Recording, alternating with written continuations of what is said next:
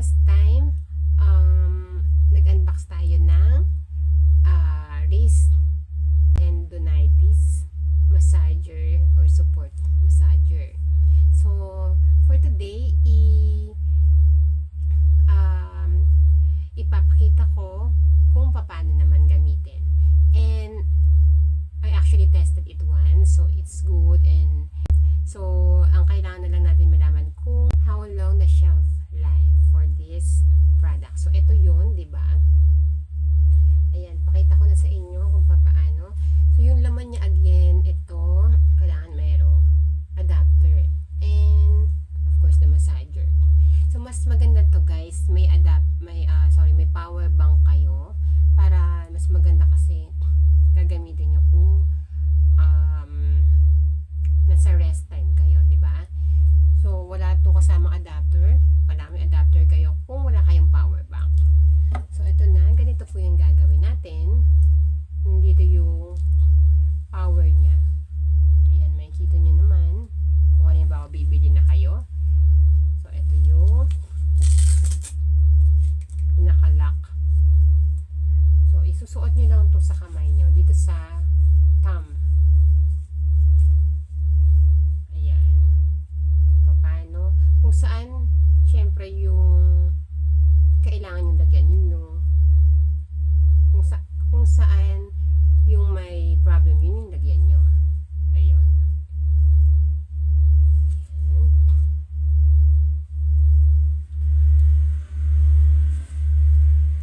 Kailangan syempre nasa labas tong power.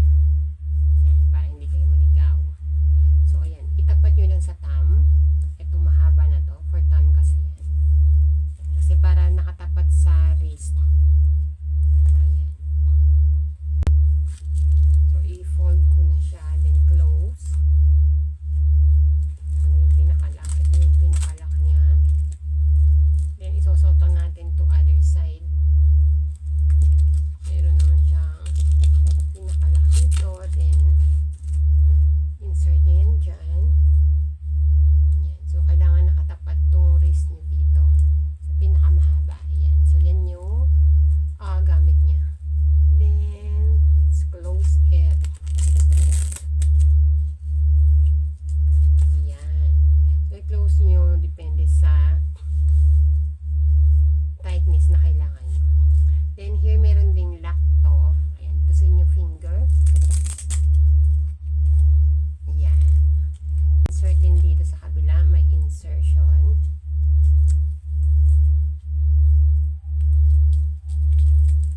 Ayan. Hindi ko ma-insert. Hirap pag isang kamay. Okay na. Then close ulit. Yun. So make sure na nakatapat to mismo dito. Para nakatapat naman tong iinit dito sa wrist nyo. Ayan. So, ang maganda nito guys, direct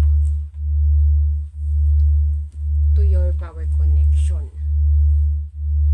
Kasi nga, may adapter, gagamit kayo ng adapter. So, ito, nasaan na ba yung charger? Ito. Yung pinaka-charger niya, meron namang icon. May makita kayong icon. Ayan. So, since nandito yung port, insert ko na. Yun. So, makakabit siya agad. Nandito lang yung port, ha? Makikita nyo naman yung icon dyan. Ayan. Then, connect ko na itong other port dito naman sa adapter. Oops. Pwede na adapter ng phone, any adapter. It will do. So, let me use my whip.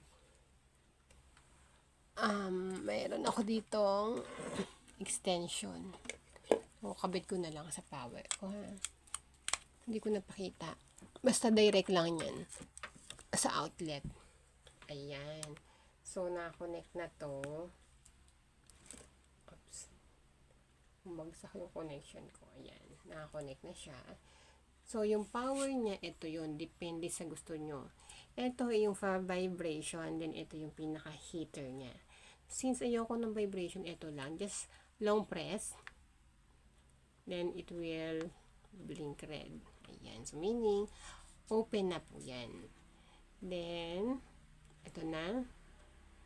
So, once na nag-red na siya, nag-steady na yung red light, meaning it's ready to use. And umiinit na siya, guys.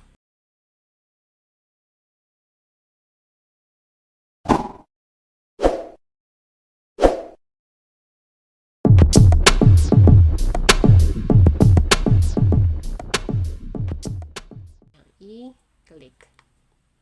Ayan. So, pag blue daw, medyo hindi pa ganun ka-warm. Click natin ulit. So, green, medyo warm siya. So, yung red, ito yung warmest. So, kung gusto niyo ng mabilisang warm, then ito yung kailangan nyo i-click. So, again, vibration ito lang. Long press lang din yung kailangan. So, long press ko para ma-check nyo. Ayan. Ayun. Nagpa-vibrate na siya. Since ayoko, ilong press ko lang din siya para mag-off. So, ganun yung kadali. So, nasa sa inyo kung gaano katagal nyo gustong i-warm yung i-massage yung wrist nyo. So, ang sarap niya, guys. Na-test ko na to minsan. Kaya nga lang nakakangawit kung wala kang power bank. So, hindi kasama yung adapter dito sa package. And also the power bank. Siyempre, depende na lang sa inyo kung gusto mag-power bank. You may use it. So, ayan, ganyan. Umiinit na siya, guys. And, matagal natin magamit. So, again, guys, yung link nasa baba na, i-click nyo lang kung gusto nyo ma-direct kung saan ako nagtitiwala ng store. So, since first time ko pa lang naman sa store nila, pero since okay naman, it arrived in good condition. And as of now, it's working fine. So, I recommend. So, until next sharing moment, guys, sana makatulong.